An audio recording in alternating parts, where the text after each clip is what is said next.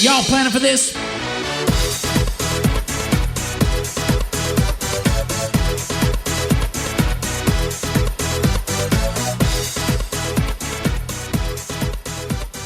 Welcome back, TPR Nation. This is Jamie Shalansky in an episode of Worlds to Conquer, and I have a question for you.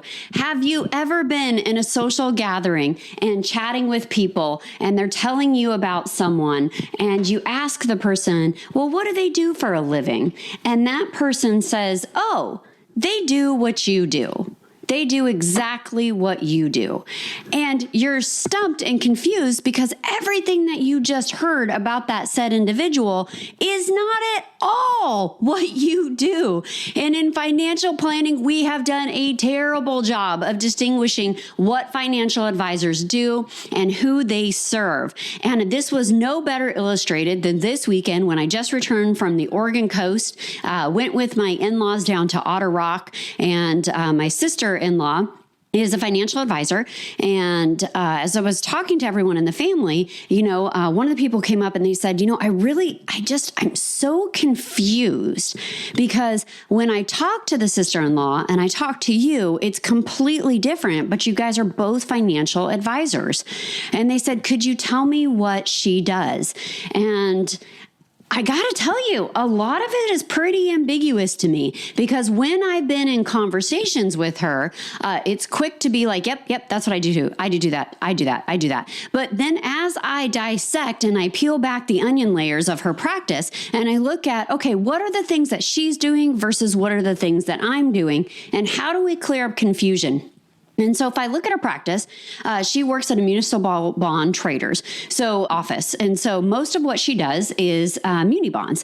And so her book of business is a little bit different than mine. Now, can she still open IRAs and Roths? Yes, 100%. And I think that's a lot of where people get confused because if you're able to place trades, if you're able to open up these different types of accounts, then you must be the exact same. So as we were talking to family members, they said, listen, we tried to go to her and say, hey, how do we hire you? How do we do these kind of things? But I'm just not getting real good clarity on the services that I would be paying for. And so as we looked at these different practices, that's completely different, not 100%, but completely different than what a financial planning firm like Shalansky & Associates, RRIA up in Anchorage, Alaska, does for clients. So we are a comprehensive financial planning firm. And I hate using that because it sounds like jargon and everyone says, oh, yeah, I'm comprehensive too. And what is the alternative to that? If you're not comprehensive, you're light. You're the light version of a financial planning firm. So I'm sure a lot of people want to identify that with that. But seldom times do I meet financial advisors that are actually doing what we do at Shalansky & Associates.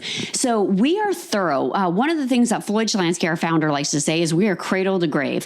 Now, I don't like to say that too often with prospects or clients because it's pretty, negative sounding. But we genuinely are cradle to grave. We want to be involved with our clients' lives the second that they start their families up until the time that we're having to make nursing home decisions or dealing with a widow or a widower across from the table. We want to be involved in all financial decisions. Floyd is often saying we are the 411 and the 911. If you have a question, ask me first if it involves money. I might not have an answer, but I will get you someone that does. I'm the 911. You're in a financial emergency. You feel like there's a gun to your head to make a financial decision. Do not make it. Call me first. Let me be the first responder. Because if you're listening to this podcast, think about your group of clients. Think about the ones that have made financial decisions that you get to hear about after the event. And you look back and go, oh my gosh, I wish you would have called me first. We would have done something totally different. But they didn't. And they didn't know that they could because you didn't set up the terminology and give them that something that they could relate to. Maybe they think they can only call you about stocks, bonds, retirement accounts, or taxes. Maybe they think you are really narrowly focused like all of these other people out there that are calling themselves comprehensive financial advisors. So what terminology can you give your clients in order to tell them, no, I'm not like that. I am like this. Use what we use, 411 and 911. You got a question? And so our old timers out there, we know that on a rotary phone, when you'd call 411, you'd get information. And so if you call 911, you get emergency services. And so we need to integrate that in a way that clients can relate to. 411, you need a question, you need information, you call me, and I will direct you to who you should contact first. 911, you have an emergency, I need to know about it. I need to know about it so we don't make impulsive decisions. Here's a great example that I just learned about, that if you go down to Mexico and you get injured inside of the hospital and you are on Medicare, they don't accept Medicare. Medicare doesn't work in Mexico. So when you are in the hospital, every time the nurse comes in to check on you, they will give you a credit card machine and you'll get a tablet. And every time that somebody comes into your room and does something, you have to run your credit card. Now, if the client had contacted us, would we have done something a little bit different with that hospital? Would we have kind of figured out a few different scenarios other than the client racking up $30,000 in credit card debt because they had to go to the hospital in Mexico? 100%. We should have been involved in that conversation. That's a 911 conversation. We had a similar client that was traveling overseas, ended up having a stroke in a hospital. They did call. Because we gave them that rhetoric. We gave them, hey, I don't know if you guys can do anything about this, but we just had this incident. We were on a river cruise. We had a stroke. We're in the hospital now. You guys always said we should be the 911 call. We just really wanted to update you. And they weren't expecting us to do anything, but we flew into action and we said, wonderful. Remember before you left for that trip, how we went out to World Nomad and we purchased this insurance policy. Let's start the claim process. They had completely forgotten about it because when they were planning all of these travels and trips, they had so much more out on their agenda. And we booked that insurance 8 months prior to their departure. So they were so elated. They were so excited. They were like, I can't believe I remember to call you guys, but you always said you were our 911. How appreciative I am of you for giving me this information. Otherwise, they would have done something like, here's my credit card, because what are you going to do when you're in a foreign country and you know that your health insurance may or may not work overseas? You're not sure what that policy is and how to operate, and you feel a little hostage. So we want to make sure that we're giving clients the terminology that sticks with them. It means something to them. So as I'm talking to my sister-in-law, and this is the important parts of the conversation. So if you're a financial advisor or if you work at a financial advisory firm, I am speaking to you as well. Most of this conversation we're about to dive into is going to be for both of you, those that are financial advisors, those that work in financial advisor offices. Now, one part of it's going to be pertaining to just the financial advisor, but the rest of this conversation is for both parties. So as I'm talking to my sister-in-law, and what ended up happening is, we kind of paint the scene here. We'd all been spend the day out kayaking, and then we come back to the condos. We're making family meals. We're doing that kind of thing.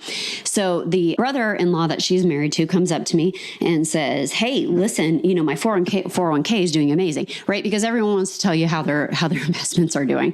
So they come up and they tell you about their investments. And I said, great, that's fabulous. You're maxing it out. You're doing what you need to do. And he was like, oh yeah. I got 12% directed in there. And I'm like, well, what's your gross compensation? And he's like, oh, I'm making about $100,000 a year. All right. Well, 12% of $100,000 is not the maximum for a 401k. And I said, that's not your max. And he goes, no, I'm doing above the max because my employer only puts in 5%. All right. Again, those aren't maximum contributions. And so his wife is, him and I get really engrossed in all of this. And I said, well, do you have somebody reviewing it? He goes, oh, yeah, she does, because she's the financial advisor. So she looks at every single year. And so I'm talking to her and I'm talking to her about her revenue and where she's at in her business, because now she's curious. Now she's curious what I'm saying. And so she comes over, and the last thing I want to do is shame anyone. I don't want to shame them, but I will bully them. I will 100% bully him, but I'm not going to shame him. I was like, I'm so excited. You're putting 12% of your money away. That's fabulous. Did you know that the Internal Revenue Code publishes the maximum dollar amount every single year that you're allowed to contribute? Most years that goes up around $500. Sometimes we'll get lucky and it'll be $1,000, but most years it's about $500. So every single year you need to be adjusting your 401k. And so, of course, where does that conversation lead into? That conversation leads into Should I be putting it in traditional? Should I put it in Roth? Oh, and by the way, we got hammered on taxes last year. We had to pay $50,000 in additional taxes. And I said, great. Well, is that part of your 10-year tax plan? Are you guys strategizing doing that intentionally? And then my financial advisor, sister-in-law says, we don't have a 10-year tax plan, but I just hired a new CPA and I'm not super satisfied because they didn't see any of this coming, blah, blah, blah. And gave me the whole spiel about how they're disgruntled and unhappy with their CPA because the CPA, in their mind, since they had to pay, didn't do a good enough job. And I said, great. CPAs are historians. You're giving them historical data. You are giving them information from the year before. What are they supposed to do? How many moves on that chessboard can a CPA really make January 1st of the next year? And I said, most of your tax planning has to be done in October. October is when you should finalize out all of your tax planning for that year and make adjustments for the next 9 years, how you're going to do things. And this is mind-blowing information to them. And then she goes on to tell me, I don't get any great benefit package. In fact, my benefit package is terrible at my work because I don't get this, I don't get that. I don't have a 401k. I have to have a SEP. And so we went through the SEP and I was like, hey, in some instances that could be even better. Let's just look at this situation. Everything is a tool. When you start comparing your benefits to something else. And by the way, when I'm chatting with her, she makes 3 times the amount of income that her husband does. But because he has a retirement plan like a 401k, and because he has the health insurance, in their minds, he has the better job. He has the better job because he or she who carries the health insurance coverage has the better job. And it blows my mind because I'm like, you're making 3x what your spouse is, but because you get this health insurance benefit, you're thinking that this person has a much better headway than you do in the career fields. So we kind of went through a lot of that and we talked a lot about cash flow because you can't talk about 401ks and then taxes and without inevitably leading over to benefits and then also going through cash flow. So as we started to talk about these different things and, a lot of these concepts, and we're really conscientious. So one of the things that we say is, hey, I know you already know this. I know you're already familiar with this because I don't want to alienate her. And I also don't want to look stupid because she might already know all of this information. She has many of the same licenses and designations that I do. But not all birds who have wings are the exact same species. So we started talking about all these different financial planning concepts. And then we talked about the life insurance and the estate planning. Because what else do you do at a family barbecue than do a whole freaking prospect with one of your family members? So we have this whole meeting set up. And we started going through all this. And I said, listen, you guys are doing a great job. You're raising beautiful nieces and nephews of mine. I absolutely love them. There are a lot of things you're getting right. There's a lot of things you need to shore up because here's the reality. As a financial advisor, as somebody that works in a financial advisor office, you're too close. You're too close to your own information to make a difference. You will do all of these steps for other people. You won't take the time to do steps for yourself. And she started to really kind of process that. And my brother-in-law says, you know what? You're absolutely right. Because when people are talking to me, I know everything I know about fishing, but when I was on that charter yesterday, I learned so much because I was just listening to a stranger, looking at somebody else, checking out their setups, checking out how they were doing crab pots. And he goes, I'm going to immediately take action. We get back to Petersburg, Alaska, and I'm going to change how I'm doing a couple of things based on what I saw somebody else do. And that's the importance of hiring another person in another profession, whether it's a coach or a landscaper or a fishing guide, somebody else that you get to learn from so you can take all of those things and implement into your own life. And so as I'm talking to her, she said, you know what? We live in a really rural part of Washington, and there's nobody there that does any of this. And I said, Bolshevik, especially after COVID, right? The whole world is open to everyone. And I said, you can jump online. You can find a financial advisor. You can hire somebody to give you this coaching, to review your information, to make sure that you have a financial plan in place and that you guys are following it. Because right now, what I see is you are living hard and fast, and there's no intentionality behind what you are doing.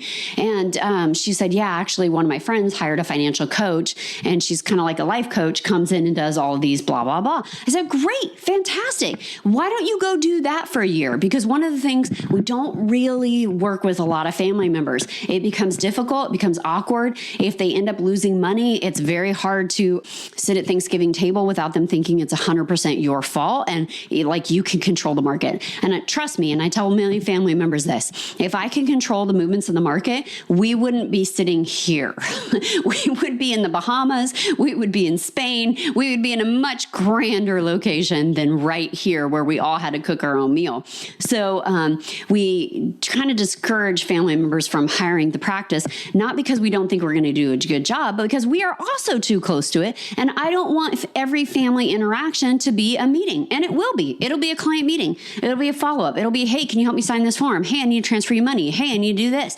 And I just don't want that when I'm with the family all the time. Not that I'm adverse to work. I love talking about work. I get very super excited about it. But it just becomes, especially with in-laws, very, very complicated.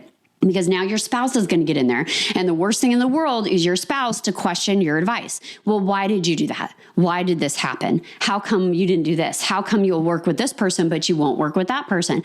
And so instead, I say I'd be happy to make an introduction. I'd be happy to make an introduction to several different financial advisors that I know that operate in the space and are taking new clients at this time. And what is the absolute worst that could happen? And of course, my brother-in-law is a live hard, die fast kind of guy. And he says, you know how many people I've worked with that when they turn 65, they've died. They never got to enjoy anything. They never had to have anything. And I'm not going to give up my boat. I'm not going to not live my life to the fullest. And I said, who's talking about you giving up your boat? That never came up in my rhetoric. That never came up as part of our conversation. Nobody mentioned it. You mentioned it because you're so afraid that saving and living prudently means that you're not going to be able to do the things in life that you want to do. And I don't think that at all. I think it's about intentionality. I think your kids need less crap from China that breaks in 2 seconds, and you need more cash in savings in case one of you has a down year or has to stop working. That's all I'm saying. And he was like, oh, that kind of makes sense. Yes, of course it makes sense. I said it. So as we went through these concepts, I said I'd be happy to make an introduction. You need to talk to somebody else about this so that you can get perspective. And what is the absolute worst that can happen? What is the absolute worst that can happen? You hire a financial advisor. You decide to take none of their advice. After 12 months of working with them, you've lost what? Most of the advisors I know charge between $3,000 and $10,000. You've lost $3,000 to $10,000. I've watched you throw that away in the last 7 days on holiday. So that is the absolute worst that is going to happen. You take 0% of their advice. You had all this incredible coaching, and you decided, you know what, financial advising is not for me, and I'm not going to make any changes. But so often, and I get on a soapbox about this, we get so prideful that because we know this information, we should be doing it. And I'll tell you who's the worst offender in the entire world is someone I love very dearly, but works at our firm over 30 years, got incredible knowledge, knows the industry inside and out, will not take financial advice, has no financial planning done whatsoever. Her and her husband, ardently against it, won't do it.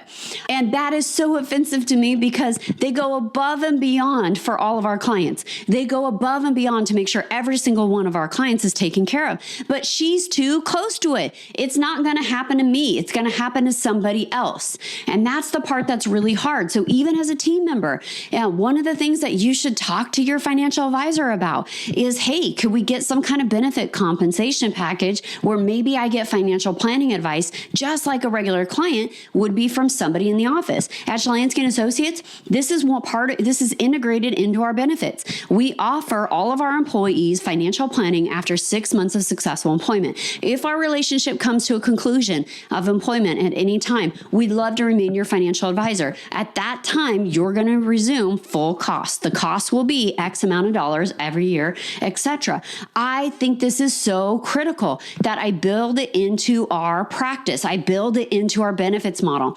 And the rule is that they have to be treated like a regular client, as if they were cutting the checks themselves, because this is part of their compensation package and it does matter. And by the way, financial advisors listening to this, if you think your team doesn't get what you do, it's because you're not doing this. Because once you start doing this, it starts clicking because it starts mattering to them. Oh yeah, I remember in my meeting why we did this. Oh yeah, I remember why we did that. And they get to bring their spouse in. And their spouse gets to see what you do as well. And this becomes so amazing and powerful and life-changing in a practice to get this type of integration, this type of investment, collaboration, and everyone synergized on the same sides. It's just amazing. I just love it. It's one of the best things we ever did was redesign our comp package to include this.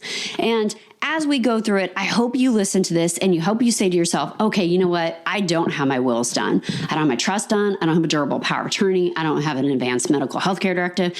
I don't know if I have all our beneficiary designations in place. We've got some employer insurance, but I don't know if it's enough if one of us predeceases the other. What about the house? Did we finance it in one person's name?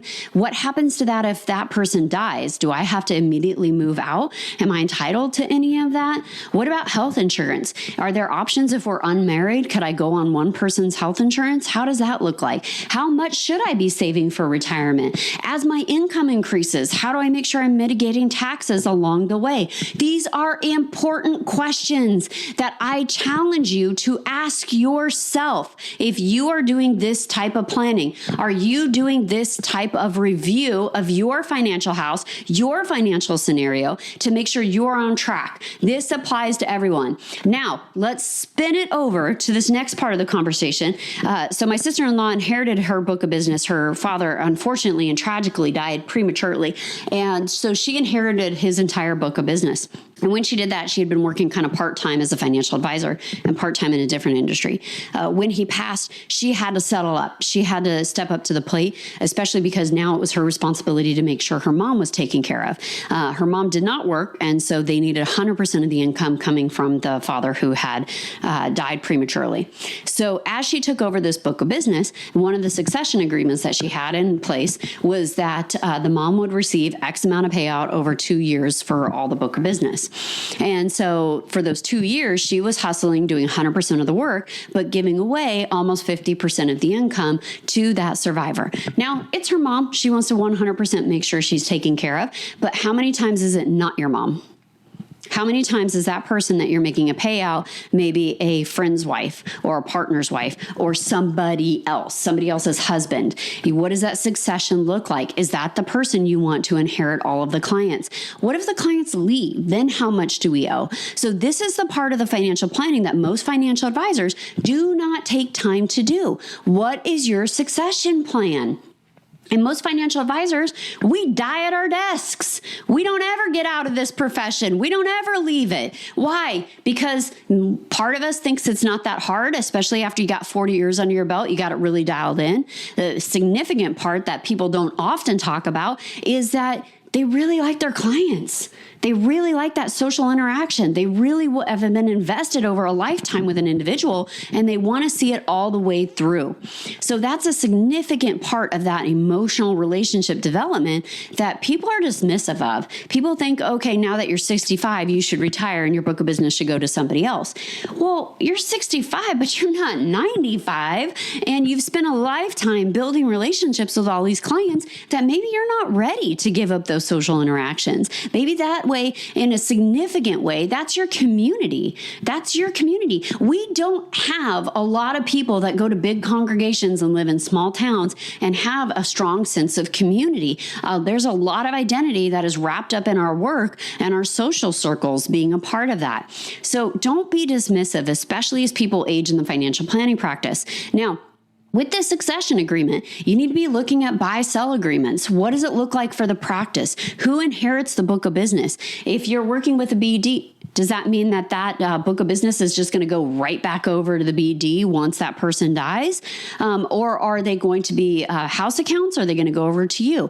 If you're an RIA, what's the relationship with the custodian? Are they firm clients or are they financial advisor clients? Are you sure those clients are not just going to disappear from your runs once that once that primary financial advisor with that master account has passed, do you have buy-sell agreements in place? Do you have insurance, key man insurance, to make sure that those are set up properly? There are a lot of complex questions you don't take time to answer. So here's what I would tell you to do, and we'll get into our action items now. So action items from this. 1, if you are not working with a financial advisor, go hire them. I don't care what mastery you have. And also, think about this. If you're the financial advisor and you're doing your entire plan and you die, who is your spouse going to turn to? Who are your kids going to turn to?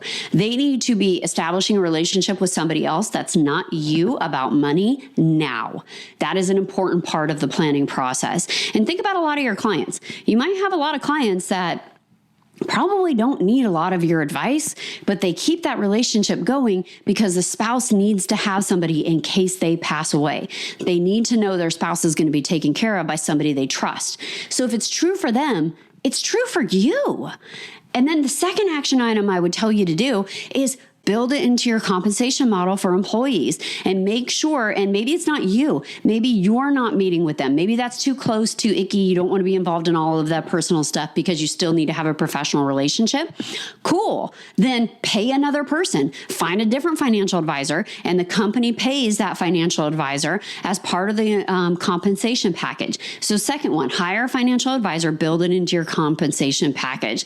And then that third action item for you financial advisors out there, you need to have a business strategy day. And that business strategy day should be one full day blocked out on your calendar. You rent a hotel room, you do something else, you get your business partners, whoever it is, together, and you start down and say, okay, boom, boom, boom, boom, go down the checklist, what needs to happen. The second part of that day, after you've hashed out exactly how you want things to go, if one or all partners are no longer in the practice, you bring in the attorney. You bring in the attorney and you say, I need this done. And then sitting there, you exercise all of the insurance. You get the insurance process started. You get the life insurance started on each one of the partners in the practice and get everything set up for that.